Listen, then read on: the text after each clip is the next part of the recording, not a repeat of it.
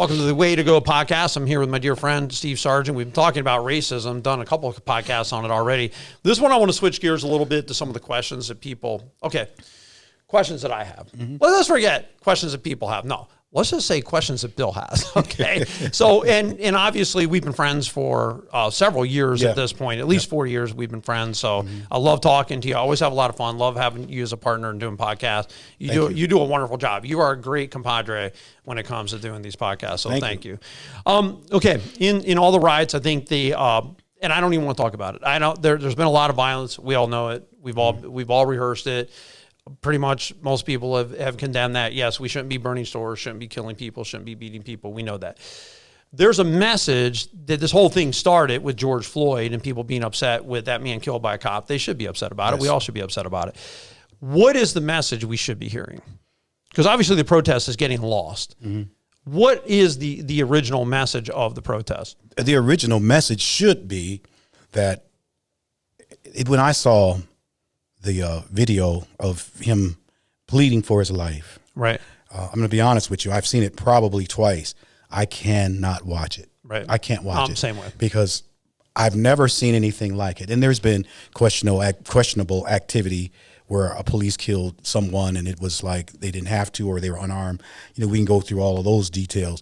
I have never seen anything like that, where you have a person in custody who's begging for his life in front of an audience who's videotaping and begging for his life as well, and it just completely goes ignored, and he dies. Right. And you're still doing what you were doing when he died. And no matter what happened, even if the man and they prove that he died of a heart attack and not asphyxiation, he died of a heart attack because you stressed his body out with a knee in his neck. So I think there's zero excuse for it. I don't care what they come up with and what happens in court or anything else. There is zero excuse for that kind of behavior. And you know what's the sad thing about it, Steve, is we were doing better. And I think with all the protests 4 years ago, a lot has been, I think anyway, has been getting better. And even the watchdog groups over the police have been saying, look, we've seen a lot of improvements. You're looking at since 2011, how many people were shot by police officers in actually Chicago? Far less than what it had been prior. Far less. So, I mean, clearly there's been progress, but that was a setback. And I think it was just an unfortunate time. And so the message is what then? Because you didn't like it is... No, I didn't. The message is, number one, there probably should be more training in the police department, at least there. Because there's no way, were there 4 of them, right? There are 4, yes. Were involved with that. Nobody had the sense of, like, we need to get off of his neck and all of this other stuff. He's already subdued. I don't know what he could have possibly done. I don't know who came up with. I heard that somebody said police are only trained for 6 weeks and turned loose on the street. A lot of the cops are ex-military for one thing. At least as far as my knowledge of it goes, State Highway Patrol 6 months of training, and it's intense training. 6 months of intense training. You're there morning till night getting trained for 6 months, and they also train sheriffs and police departments down there, and they may not go the full 6 months. It is not a 6 month and you're out training. I mean, Ohio would never, ever put their stamp on that. So I'm not sure like where that comes from. I think that they're better trained than that, but I'll give you this. If that's what they're doing, then they need better training. Yes. So, and I think even from what they say on Facebook to what they communicate, to their attitudes, to how they encounter people, how they communicate themselves to people as they approach, I mean, the whole 9 yards. But my daughter was very highly trained, and I actually saw the training on the walls about what it took before you would take a step of violence, like what those steps were. And I mean, it was a pretty high bar before you would ever even pull your weapon. And a lot of the state troopers that I've talked to, they've never drawn their gun.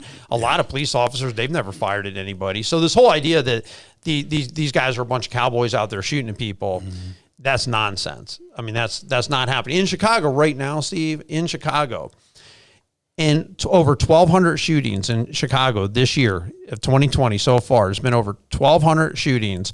The police have been involved in 5. In 1,200 shootings, 3 were killed, 2 were wounded.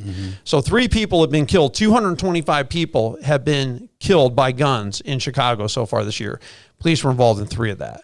So obviously it's not them killing these people. Yeah. Right. I mean, there's other issues and things going on.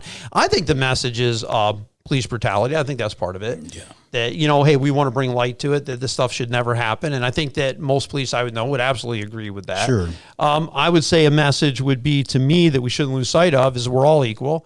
And what happens to one happens to all. Mm-hmm. And that should be as upsetting to a white person as a black person, as a Hispanic person, anybody, right? Because that's a human being, right? That's crying out for help, right? It wasn't even one of those, sometimes you might just be trying to arrest a person and they fall and maybe end up dead accidentally or something. That was, even though 9 minutes isn't an eternity, 9 minutes is an eternity. Are when you you're kidding dying. me? Absolutely. Somebody have a knee on my neck for 9 minutes. That is just. I don't even know. All I can think of is that guy just totally lost it on that day, because there's just no justification. But he had a long track record, from what I heard. I don't know if it's true, because I don't trust Facebook and I didn't look it up myself. But if you did, you got unions as a problem protecting, whether it's bad teachers, bad cops, bad whoever. You know what I'm saying? So I think there are some reasons where you need to look into, hey, if there are issues, maybe some of these guys need to go. Mm-hmm. All right, because they're giving a lot of great cops. There are a lot of great cops, giving them a bad name. Now, what are black youths taught about cops and whites? Well, I don't know so much taught, but you can hear at times some youth saying they hate cops or they don't like cops, and it really bothers me, because we all need the police. Right. I mean, we need them, whether we realize it or not. Right. Even if you never have to call them, you need them. We all need them. We have no idea what things they have done to help us. What's that shirt you're wearing right now? Kids and Cops. All right, talk about it. Well, we started about 5 years ago, actually, with the dialogue. Detective Greg Leonard, at the time he was our county prosecutor, Nick Irochi, and we've had representatives from Ashtabula Police Department, Geneva, Conneaut, Sheriff's Department, some pastors in the area, Pastor Womack from the People's Missionary Baptist Church, Pastor Tony from the City Church in Geneva, and a few other folks. We started out in a room, we probably had 20 people, I guess, and we met for like 6 months, no kidding, almost once or twice a month, trying to figure out how we might be able to do this. Greg had a great revelation of trying to bridge the gap between cops and a lot of our kids, especially in the inner city. Right. And so that the cops can see them in a light that they probably had never seen, and the kids could see the cops in a light. Right. So when we got through hashing out all this stuff, we came up with, along with the help of the ODNR, to have spend a weekend with the cops for kids that were selected. We strategically targeted certain kids by way of the school counselors and other counseling agencies that recommended certain young men, and we went from we started with ages 8 to 12. Right. And they would come and spend the weekend. We provided transportation and everything, and it's a whole weekend full of coaching. They actually stayed in the tent. A lot of the kids had never stayed in the tent. And the police officers right there with them, camping with these kids. Right. And so we had, for every kid, we probably had 4 or 5 volunteers. Right. Not constant. But, because some of the people didn't stay all night. They'd come help during the day and they'd go home or whatever. And then there was a contingency of us that were there the whole time. Right. Because it's about 48 hours long. And they teach them how to fish. They teach them how to do archery. There's a petting zoo. They do obstacle courses. They play basketball, pontoon boating. They go on a nature hike. And the cops are leading them. Last year when we got there, because we come from different parts, most of them are from Ashtabula, but there's some from Geneva, Conneaut, and then we partnered with Trumbull County. They bring about 12 with counselors. Right. And when they arrive, because we have a part of the campground that's sectioned off for us, it's actually roped off. Only those of us working with the camp can get in that whole area. Okay.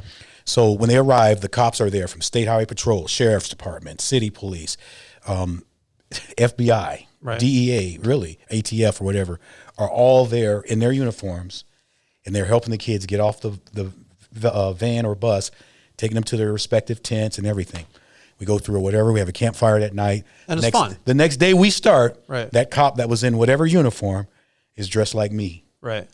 And that's your whatever leader, let's say, as an example. Right. And he's going to be taking you to these events, fishing and right. archery and all of that.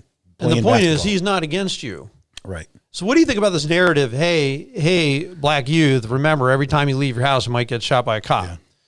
that there's a narrative out there that if a black man gets pulled over by a police officer, they might actually get killed. Mm-hmm. Well, they they certainly might. Obviously, they probably stand a better chance of getting struck by lightning. Right. But the issue is more and more we're teaching kids. I do a lot of work at the prison, volunteer work, and one of the things that they did hand out, and we've passed it along to some of our youth, is when you get pulled over, this is how you should behave. Right.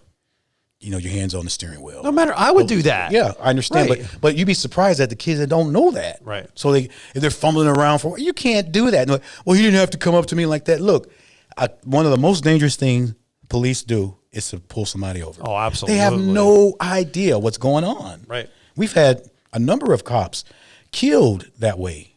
They they don't know. Like especially if you're not in a high speed chase or something, you broke the law, you're speeding or whatever. They pull you over. You have no idea what they were coming up to. Right. So you need to keep your hands and everybody, not just the driver, whoever's in the car, put your hand on the dashboard or up or something, even if they don't ask, have that there. Like my stuff is usually in some compartment. I would tell them like my driver's license are in this right here, right. or in my glove box or what have you. Don't just start moving around. Right. I remember when I was a kid, my oldest brother. Well, honestly, I don't think it matters what color you are. I think they know right away if you have a track record. If they see you have no tickets, if it's a local situation, yeah. Well, even State Highway Patrol. They're going to pull you up every time by your license. They know if you've been speeding X number of times, if there's a warrant out for you, if you've had a felony arrest. You just got out of prison. They know. Yeah. I mean, they know, like, as soon as they come up to you, it doesn't matter what color you are. They already know. If you have a clean record, they're probably going to be not as guard. But if there's a felony warrant out for your arrest and they pull you over, now they are going to be guarded. This is a fact. Yeah, they're going to call in help. The whole approach they're going to call in help. Absolutely. Their whole because it has to be different. Right. Because you're probably not going to want to get arrested, and they know it could be a dangerous situation. So because my daughter has, even in her 4 months as a State Highway Patrol cub, was involved in these situations. So I kind of heard these stories. My brother had a Ford Torino. Remember Starsky and Hutch? Oh yeah, they were awesome. It was different color, but the same car. So we're flying home from Cleveland once. I'm the youngest, so I wasn't even old enough to drive. It was him and a friend of his in the front, and I'm in the back. So we get pulled over for speeding, which he was known for speeding, I'm going to tell you that. Right. And so the cop comes up to the window routinely, looks down in the seat, like just coming out from under the seat. My brother had a pellet gun. Oh, and it was sticking out about that much. And the cop was like, put your hands up. And that's everybody was doing like this and everything. Of course, he completely forgot he had it. Right. And then the cop opened up the door and pulled it and grabbed it. He said, man, you scared me to death. That's what the cop said. Right. So he didn't know that. Right. He don't know what it is. He doesn't know my brother's not going to shoot him or try to. Did he get in any trouble? No, he didn't. He got a ticket like normal. But the cop, once he realized what it was and my brother's attitude behind it, my brother was very cooperative. Of course, he scared all of us. The cop did. He didn't pull his gun out, but he was ready to. But those are the things you got to safeguard. Well, that's all right, because one night we were out with our 22 caliber pellet gun, and the cops were behind people's houses, and the cops and it was snowing, or it had snowed earlier, so the police officers were contacted. There's prowlers and burglars out here. So now they track us back. We're in our yard. My brother just shoots the gun. They hear the 22 come off. So they know there's a gun there. We see the cop. They came from every direction, man. They came from behind us, left of us, right of us. My brother pitches that gun out in the snow. So it was hidden. And those cops came in. It's like, we heard that gun and we know it's here and we want it right now. And I don't blame them for it. And then we're debating with the cops who's got to outrun who. So the police officers, I'm like, if we wanted to run, we would have been gone. And this is our attitude. It's like, we would have been gone, man. And he goes, let me tell you something. I was a track star in high school. You'd be getting nowhere. Okay, you try to outrun me, I would have run you right straight down. So I pulled up the gun for him because I knew where it was and gave it to him. And they confiscated it, of course, and it was a big rigmarole. And my parents were gone. And what are we doing? We're getting in trouble with the cops, The cops were at my house a lot when I was a kid, actually, growing up. But they were nice to us, you know what I'm saying, and we were nice to them. But here are some statistics. In 2017, 457 white people were killed by cops, 223 blacks.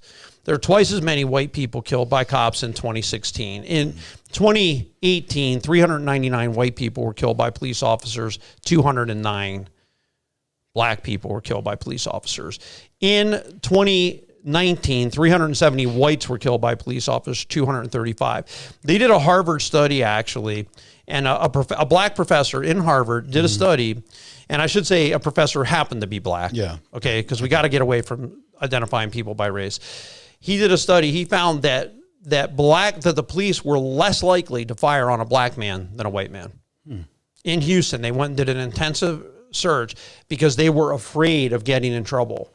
And so they were more hesitant to fire a weapon on a black man than they were actually a white man. And across the entire nation, there was zero evidence that black people were being shot more than white people.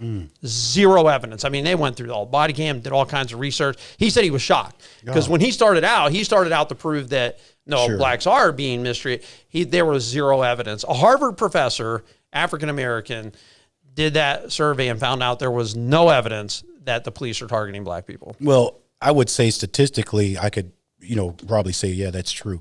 Unfortunately, you do have pockets of places and people who George Floyd who don't. I mean, there are obviously don't meet that statistical manipulation, but it's not systemic and across the board. And that's one thing I think that we have to realize. Now, one thing that I want to get at, I mean, man, we're going to have to come back and do another show on systemic racism, Black Lives Matter, that whole 9 yards. Because man, I told you this show was huge. You know what I'm saying? We get to it, but I want to get to some takeaways in our last 5 minutes. Here's one of my takeaways, and I don't know what you think about this. Let's stop talking about race all the time. Start thinking of ourselves as equal. We're one in Christ, and just make it simple. What happens to you, Steve, happens to me. It doesn't matter if you're black man, white man, Hispanic man. It happens to you. It happens to me, and that's how America has to look at it. We're never going to cure this or fix this if we don't start dividing ourselves into this identity politics, which we love to do. You're boom, and we're here. No.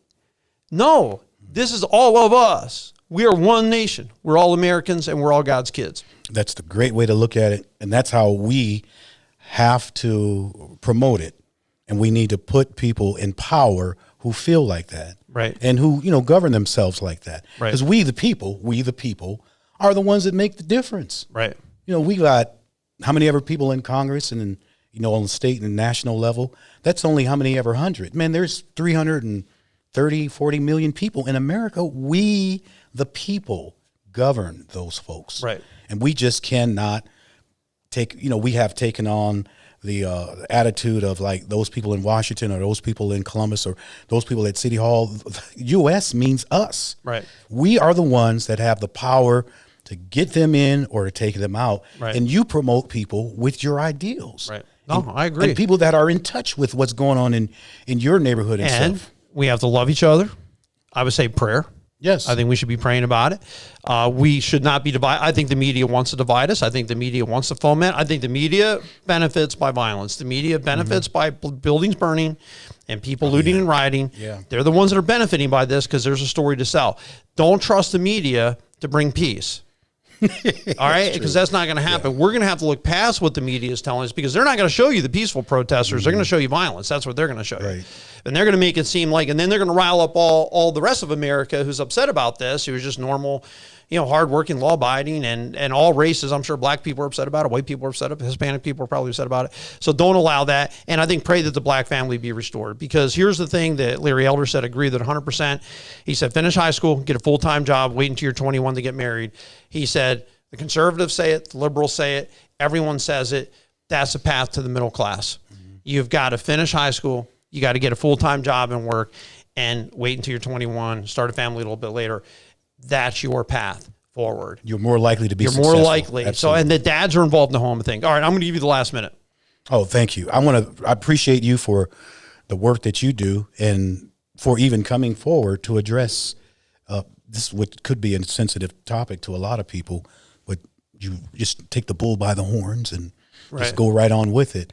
I really appreciate that. And I've said this to you in private and I'll say it in public. I, honest to God, believe you have a good heart and you mean well. Right. And you really do want to see equality. Right. And you want to treat people right, regardless of where they come from. That's how I know you. Right. And that's what I know about you. Right.